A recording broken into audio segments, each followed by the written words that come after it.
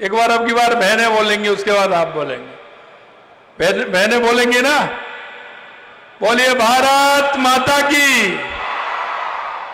अब की बार आप बोलोगे, बोलिए भारत माता की। बहनों से ज्यादा नहीं थी आपकी, अब मिलकर के बोलेंगे भारत माता की, श्री कृष्ण भगवान की, आशापुरम माता जी की, श्री परशुराम महादेव भगवान की, चामुंडा माता जी की, सोनारा खेतलाल जी महाराज की, अड़ची बाई जी की, जीनेश्वर पार्श्वनाथ भगवान की, श्री मामा जी महाराज की, आप सबकी आज के इस बहुत ही जानदार और शानदार हमारी संस्कृति के वाहक,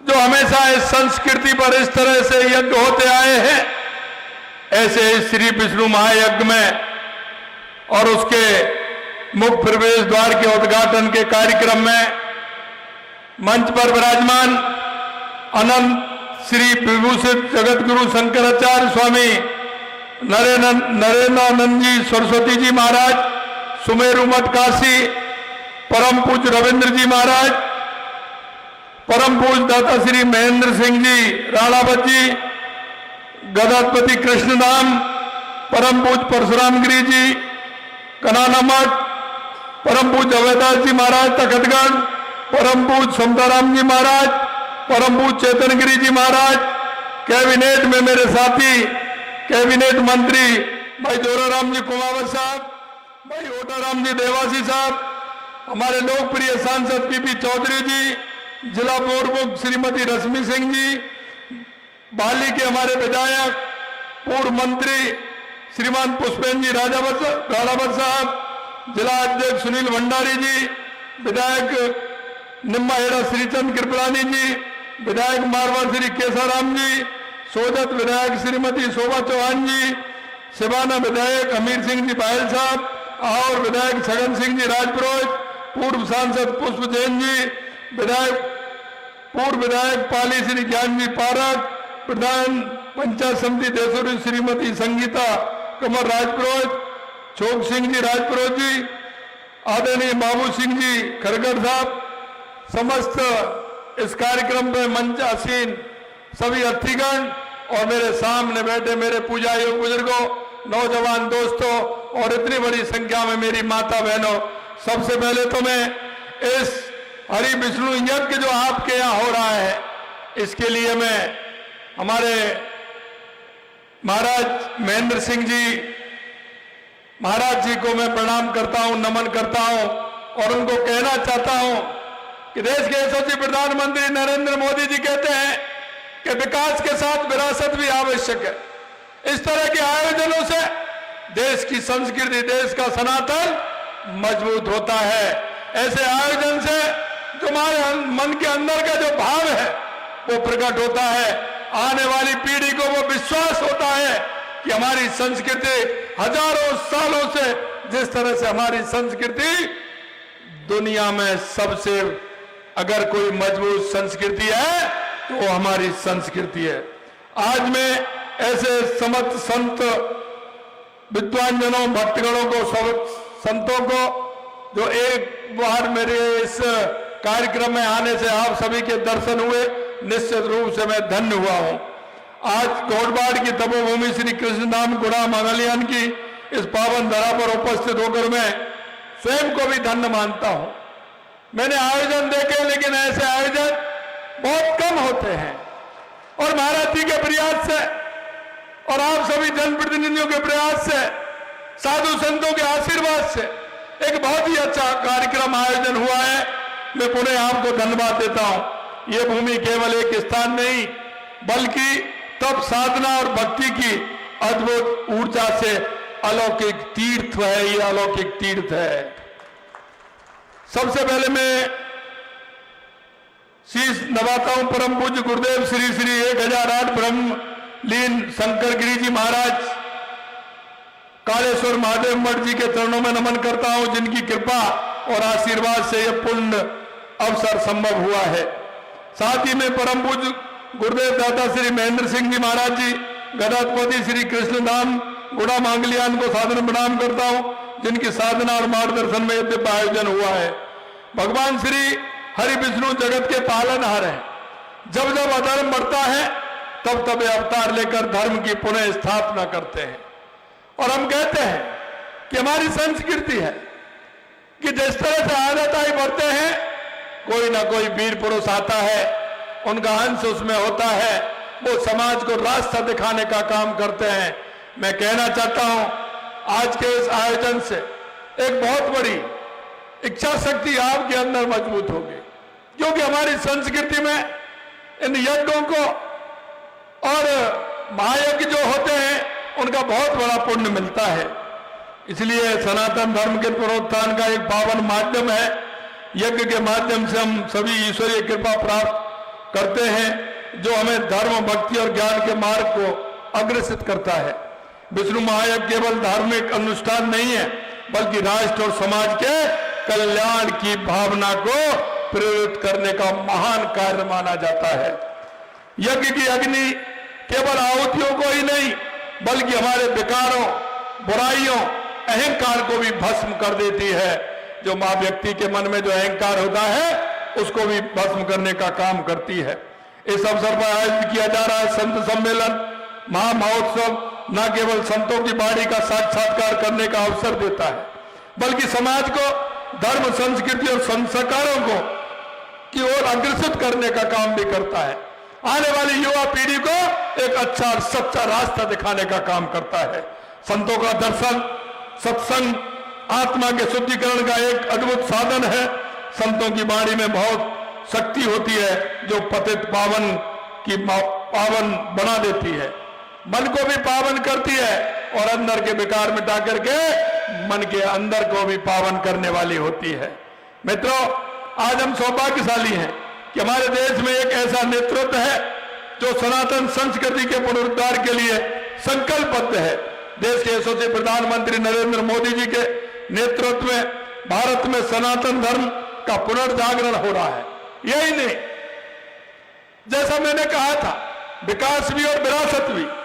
आपने देखा होगा पिछले साल इन्हीं के कर कमलों द्वारा अयोध्या के भव्य और दिव्य मंदिर का जिस तरह से कार्यक्रम पूरा हुआ, मैं कहना चाहता हूं आज वो दुनिया का सबसे बड़ा हमारा सनातन संस्कृति का प्रमुख केंद्र बन गया। ये हमारे देश के यशस्वी प्रधानमंत्री नरेंद्र मोदी जी। यही नहीं, आप काशी विश्वनाथ कॉरिडोर को देखेंगे, निश्चित रूप से वहां जिस तरह से उसका वैभव निखरा है। उज्जैन के महाकाल के महालोक का निर्माण भी आप देखेंगे। इसी तरह सोमनाथ हो, केदारनाथ हो, बद्रीनाथ हो, ये सारे काम आप देखेंगे। और सबसे बड़ा काम आपने देखा होगा मेरे भाई और बहनों, अभी अभी जो चल रहा है दुनिया में अनूठा उदाहरण है प्रयागराज के महाकुंभ का, सनातन संस्कृति का जो भव्य संगम आपने देखा। कितनी बड़ा संगम, आज 60 और 65 करोड़ लोग उस संगम में एक महीने के अंदर आए। किस तरह की व्यवस्थाएं, ना कोई जाति ना कोई पाते, किस तरह से दुनिया के लोगों ने जिस तरह से संगम में भाग लेते हुए हमारी संस्कृति को आगे बढ़ाने का काम किया है। ये हमारा सनातन है, ये जीता जागता उदाहरण है। ये संदेश पूरी दुनिया में पहुंचा है और ये दुनिया का पहला उदाहरण है। इसलिए मैं कहना चाहता हूं, राजस्थान में हमारी सरकार भी आस्था धामों को कायाकल्प करने का काम कर रही है। अभी पुष्पेंद्र जी बता रहे थे, मैं राजस्थान में अगर हमारे धार्मिक आस्था के केंद्रों को बताऊंगा तो बहुत बड़ी सूची है। निश्चित रूप से हमारी सरकार कृत संकल्प है इन सारे हमारे आस्था के केंद्रों को पुनरुत्थान करने के लिए। इस बजट में हमने राज्य के बाहर के देवस्थान विभाग के मंदिरों का स्वरूप निखारने के लिए 161 करोड़ रुपए का प्रावधान किया है, जो हमारे ऐसे आस्था के केंद्रों को बनाए। मंदिर में भोग की राशि को बढ़ा करके 3000 रुपए किया है 1500 से, पुजारियों के मानदेय को बढ़ा करके 7500 रुपए प्रतिमा किया है।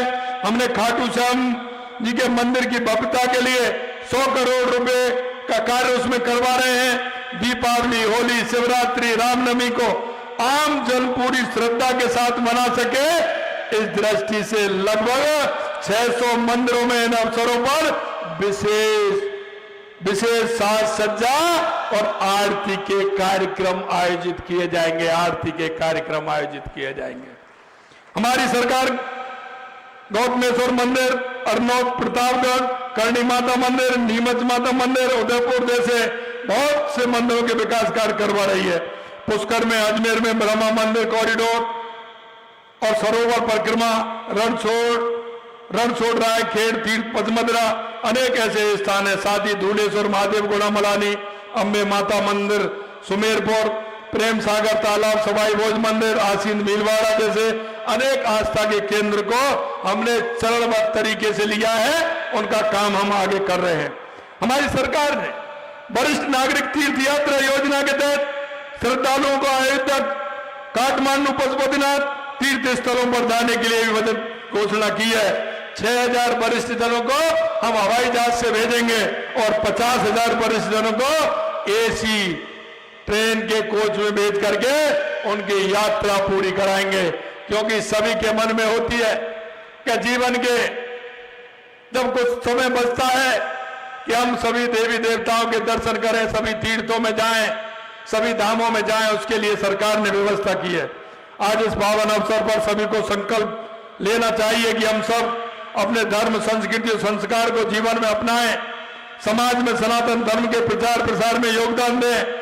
श्री विष्णु महायज्ञ और संत सम्मेलन महामहोत्सव का उद्देश्य केवल आयोजन नहीं है, बल्कि धर्म और समाज को एक नई दिशा देने का अभियान भी है। ये हमारा सौभाग्य है कि हम इस धन्यधारा तपोभूमि पर उपस्थित हुए। आइए हम सब मिलकर सनातन धर्म के इस प्रकाश को प्रज्वलित करें।